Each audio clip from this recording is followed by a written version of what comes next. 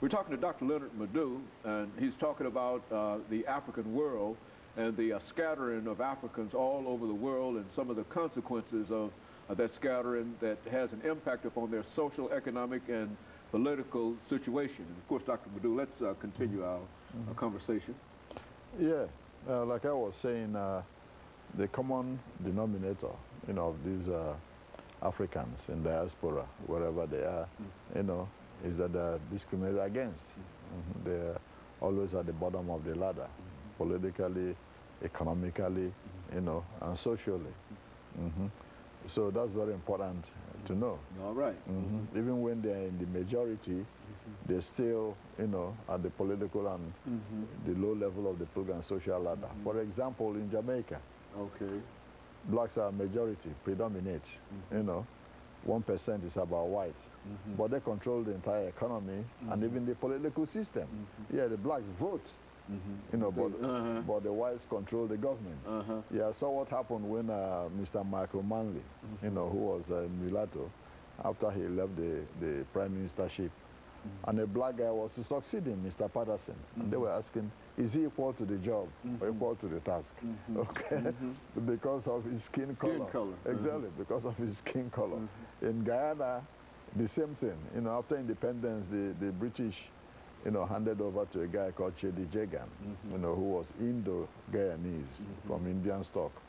And the Indo-Guyanese has always discriminated against the Afro-Guyanese. So that's what happened. Then there were some riots and disturbances.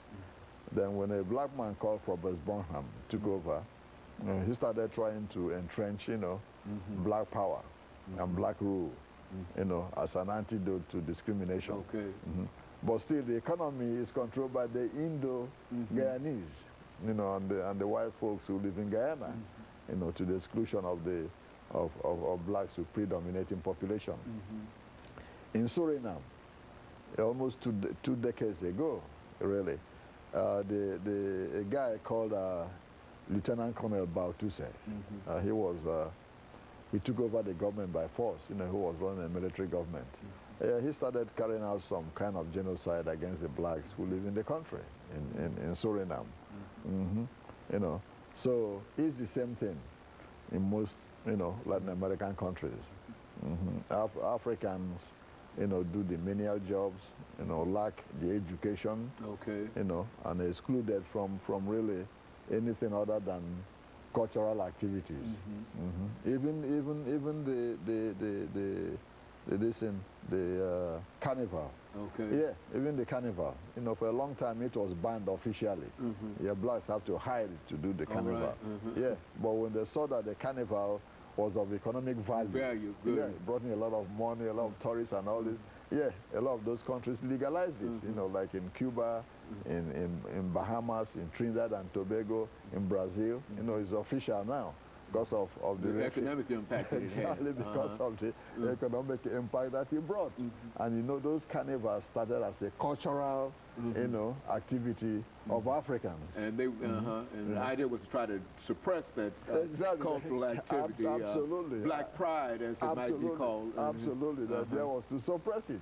But when they saw that there's some economic value to having that festival, then they, made it official. I mean, you can imagine how many millions the Brazilian government makes, after all, during that festival in Rio. Yeah, and the Bahamas and Trinidad and Tobago and all that. Yeah. So it became, because of the monetary value, some to them. The same what they call the candombe dance, part of voodoo. Yeah, the government didn't like it, but when they saw that, it's of economic value, people come just to watch it from some places. They said, no problem, we'll make it official. So these are some of the, types of ways, try to suppress African culture in some of these places. But the good news is that in some of these countries, African culture thrives. In Brazil, for example, on the northeast coast, where Africans predominate. The people still speak some variation of African language, still wear African clothes, eat African food, and all that. The buildings are similar. So there's hope in some of those places. But the main problem is that of what I call political sensitivity. Okay. A lot of the black populations, they have not been highly politically sensitized. Okay. That is their right to demand changes. Even though they might be in the majority. Exactly. Exactly. Even though they're in the majority, they've not been politically sensitized. Just like, we in this country got sensitized, to our rights. Say, hey, we can go to the same schools, we pay the same taxation and all that. Yeah, most of the blacks in diaspora have not been so politically sensitized. And because they lack the political muscle, or even the financial resources to do anything, because the government in most of those societies control the economy. Okay. And it's not like our economy that's almost in private hands. Big corporations can donate to any agitator they want, they support here. But in those countries, the government controls the resources. Okay. So in order for you to be effective as an agitator, one way or the other, you have to knuckle a little bit to the government. Okay. Yeah, if you're a newspaper publisher, okay, say, well, hey, you have to start agitating. The government can cut off the print. Okay. You won't get no print for your paper. If you're a TV station, they can shut it down, without going through any legal process. Yeah, so it makes it difficult for people who really want to oppose the government to do it, ferociously and with zeal. And be successful in doing so. That's correct. You see, without thinking of the financial and other consequences of it. All jobs come from the government. All right. Okay, they might retaliate, say, well, all your family will throw them away from job. So that might serve as a deterrent against people who want to oppose the government. See, so we were more successful here because we had the resources. Okay. There were, well-meaning corporations and business people who saw that, it's in their interest for African Americans to have their rights. It's a good business idea for there to be peace and stability so they can benefit. And you can see the corporations played a vital role here in the changes. Nobody can deny that. A lot of the funding to LCLC and all this came from corporations. Okay. So it enabled them to have the resources to fight.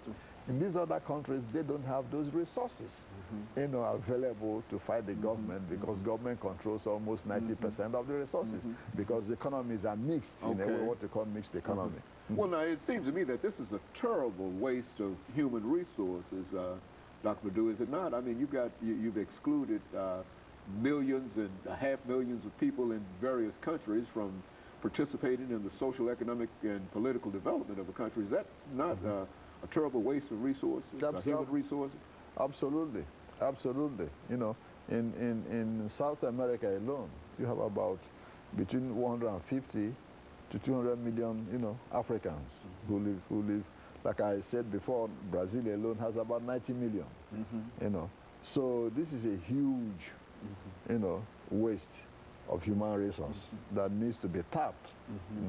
But the only way I think, changes can come quicker, is if the government becomes more democratized. Not just political democracy. Voting is one thing. Controlling the means of production and resources is another. Very good. So that's one way the Africans in diaspora can prosper when they start sharing in the economy of those countries where they live, control the resources, or be part of, the group that controls the resources. Then they could be able to fight for their rights effectively. And so you think that Africans in the United States has had a tremendous opportunity over some of the others, primarily because of their ability to agitate and to become politically sensitive to all of these things. Is that what we're saying? Absolutely, and because of education, because of education and resources. In most of these other countries, most of the Africans are not educated at all, almost 3/4 of them. So you don't have that powerful middle class that we had in this country to lead any kind of, revolt. And most of the time, most revolutions are led by the middle class. They're led by the middle class. And really, for all practical purposes, there are no black middle classes as such in many of these countries. Absolutely, absolutely. In most of these countries, you don't have what you call really a strong black middle class. And of course, Dr. Madu, we're ending this show for today, and I just want to thank you for bringing up, for reminding us, because I think that so many of us simply see the Africans in America, in the United States, and we think that that is a condition of Africans everywhere. If we are aware that there are other Africans everywhere, and I think that this show will go quite a way in determining where Africans are. And of course, let me encourage our audience to tune in again next week for another informative edition of Comments. Thank you and good morning.